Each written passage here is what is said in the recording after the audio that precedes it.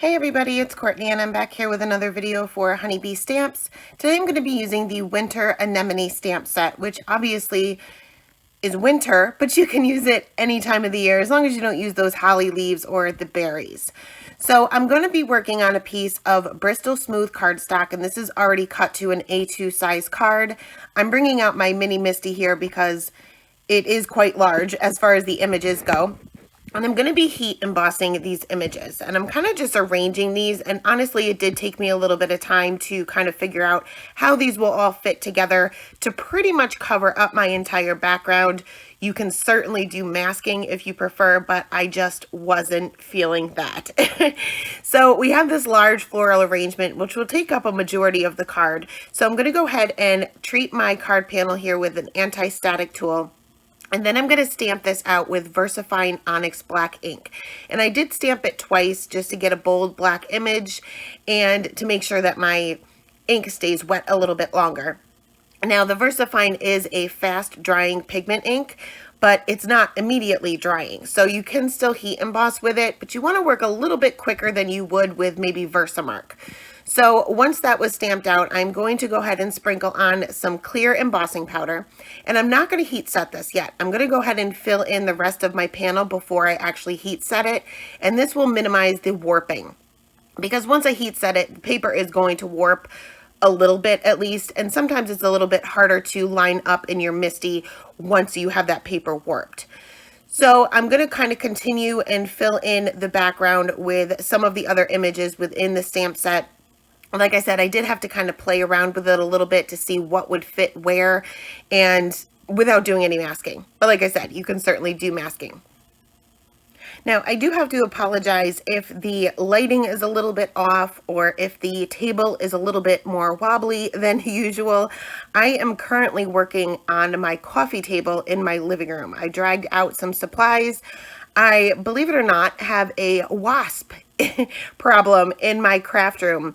I'm not sure where they're coming from, and unfortunately due to this quarantine situation, there's not many people that I can call for help and that is comfortable enough to come into the home or whatever. I don't know where they're coming from. So there's not a ton of them. There's not, there's not swarms of them, but there's enough in there and they keep appearing, and enough in there where I don't want to be in there. So I dragged out as much supplies as I possibly can, and I'm kind of going back and forth a little bit, as brave as I'm trying to be brave anyway. I'm not a big bug fan, especially wasps, but I'm trying to be brave.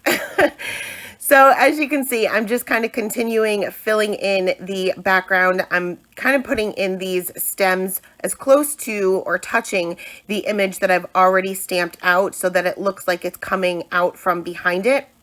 And then again, just stamping that out with VersaFine.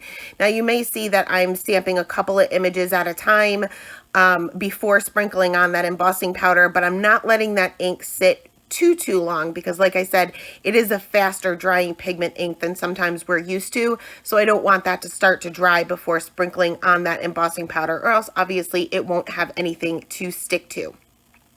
So just going to finish up with the last couple of leaves here and then sprinkle on the rest of the embossing powder. Now I don't have my heat tool out in the living room, nor do I have a place to plug it in that would be in camera. So I did have to take the panel back to my craft room to heat set everything.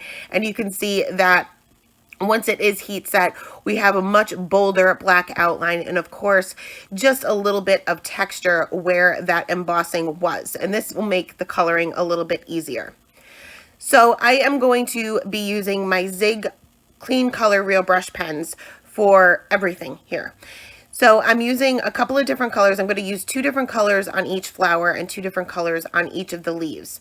I'm going to start off with the lightest purple here, and I'm just going to add a little bit of color where the darkest areas would be. Now, keep in mind that the real brush pens, regardless of what brand you're using, tend to have a whole lot of pigment to them, and they stay very, very bright and vibrant, which I wanted it to be bright and vibrant, but I still wanted to get a little bit of dimension or shading. So I'm going in with the blender pen here, and I'm going to start right off where I put down that color and kind of blend that out to the rest of the petal. And you can see we certainly do get dimension. We certainly do get some shading here. However, I wanted this to be brighter and bolder, and you'll see why as far as the background goes later on. So what I ended up doing is I ended up bringing in a darker purple and just adding just a tad of that in the very darkest areas. And you can pretty much see that the darkest areas are on the base of each of the petals, so where it's coming out from the center. And I also added a little bit of shading to where the one petal would be laying behind another, or where it's kind of folded over on itself. And then I'll take that blender pen again and just extend those areas out just a little bit so that I still have that highlight. I'm going to just fill in the center of each one of these flowers solid with a yellow color. I'm not doing any blending for that.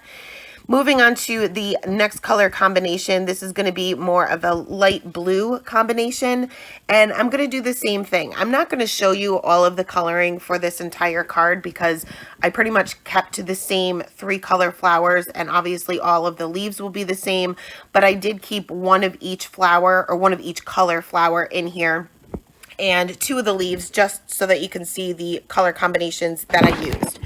So you can see once I blend this light blue out, it is fairly blue, and it's even hard to see the dimension that we get or the contrast that we get. So again, I brought in a darker blue and just added a little bit more of the shading in the very darkest areas. Now, the area that the petals are folded over on themselves, this would be the lightest area of that particular petal because it would be the part that's raised up the most. So I'm not adding any color with the zig marker there.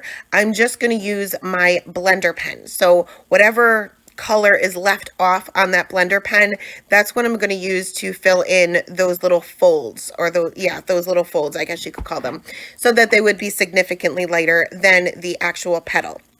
You'll also notice that I have a scrap piece of paper off to the left-hand side there. In between colors, I am scribbling off with that blender pen so that none of that color from before is still on there. It will, as soon as it goes clear, you're good to use it again. And sometimes when I use a darker color, I kind of do that between petals just because so much of it ends up on that blender pen. So again, going to fill in the center of this flower with that yellow color, and then I'm going to move on to the pinks. And this is where they've got really, really bright.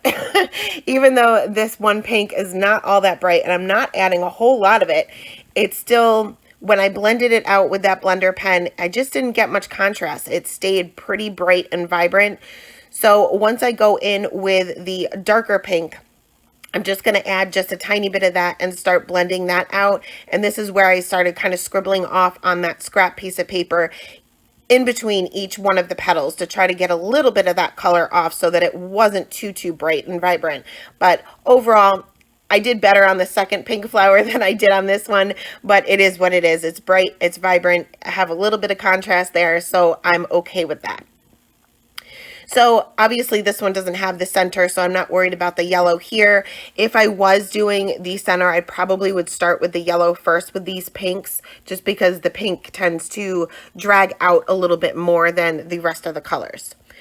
Now for the leaves, I'm going to move on to a teal combination, and I'm going to do the same thing here, starting off with that lighter teal, blending that out with that blender pen, and then just adding a little bit of that darker color towards the base of the petals, or the bottom portion of the, not petals, leaves, and dragging that out a little bit.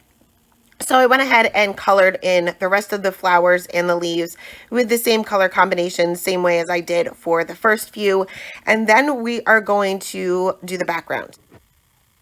Now, if you've ever watched my channel before, you may have noticed that a lot of times if I'm creating a card panel, I like to mat it onto a piece of black cardstock that is just a little bit larger so that I have just a tiny bit of a black border showing. And to me, that really makes everything pop off the page. And I'm going to do the same thing in this case, only I'm going to fill in the entire background with the black marker that comes in the set of the Zig Real Brush markers. And you can notice that the one flower there in the lower right hand corner, and you may have noticed when I actually stamped it, the paper may have shifted just a tiny bit in my MISTI so that the outline was a little bit thicker than the rest of the flowers. Now, normally I wouldn't have been happy with that, but I knew I was going to fill in the entire background with the black marker so that once everything is filled in, you're really not going to notice it. So I just kept it as is. Now you'll also notice that it looks a little bit splotchy, and it will because this is a water-based marker. It's a watercolor marker. So it is going to take a little bit of time to dry, but the good thing about the zigs is that you do not need water in order to kind of set them or to blend them. You can color with them straight, which is what I'm doing here. And you can see the parts that are dry are a little bit more even. I did have a few specks of the clear embossing powder that I must not have gotten off. So some of that is kind of resisting it, but once everything is said and done and put together, you can't really notice it. I don't stress over little mistakes like that. Handmade is handmade and it's not ever supposed to be perfect. So please don't stress over tiny mistakes like that. There's no such thing as perfection when it comes to handmade. So I went ahead and tried to take a white gel pen to fill in, I think they're supposed to be little berries, but because of the embossing, the areas were way too small and it just didn't work out. So while the white gel pen was still wet, I kind of wiped that away with my finger and got rid of that completely. And then just went over that quickly with that black marker again to kind of tone down that white gel pen, and I just left it as is. There were some areas that I had to go over again just to kind of deepen the black up a little bit. But then again, I let this sit for maybe about 10 or 15 minutes just to make sure that all the ink, not just the black, but the flowers as well, were completely dry. Now, because I want this to really pop off the page, I am going to end up cutting this down just a little bit. And you can see, especially the edges are not really colored in. It kind of gives it kind of a vintagey look. And if you're going for that, then that's fine. But I'm going to cut off all four sides, just a little bit on all four sides, about 1/8 of an inch, just to get rid of those splotchy areas. And then I can adhere this down to my white card base, and I have just a little bit of the white card base showing. And again, that will really make this pop off the page even more by just having just a little bit of that white. Now for my sentiment, obviously I don't have a whole lot of room for a sentiment at this point, so I'm just going to add a very small sentiment strip using the spring stamp set, one of the smaller sentiments from the spring stamp set, and I'm going to go ahead and stamp that out with that same VersaFine Onyx Black ink onto a piece of white cardstock and then cut that down into a strip. I wasn't really sure about the placement at first, so I kind of had to play around to see where this would best fit on the card, and then I popped that up with some foam tape. And that is it. That is the card for today. Sorry guys, I know it's very simple. I'm working with limited supplies here, but as always, I will leave the supplies linked in the description box below. Thank you guys so much for stopping by today, and have a great day. Bye.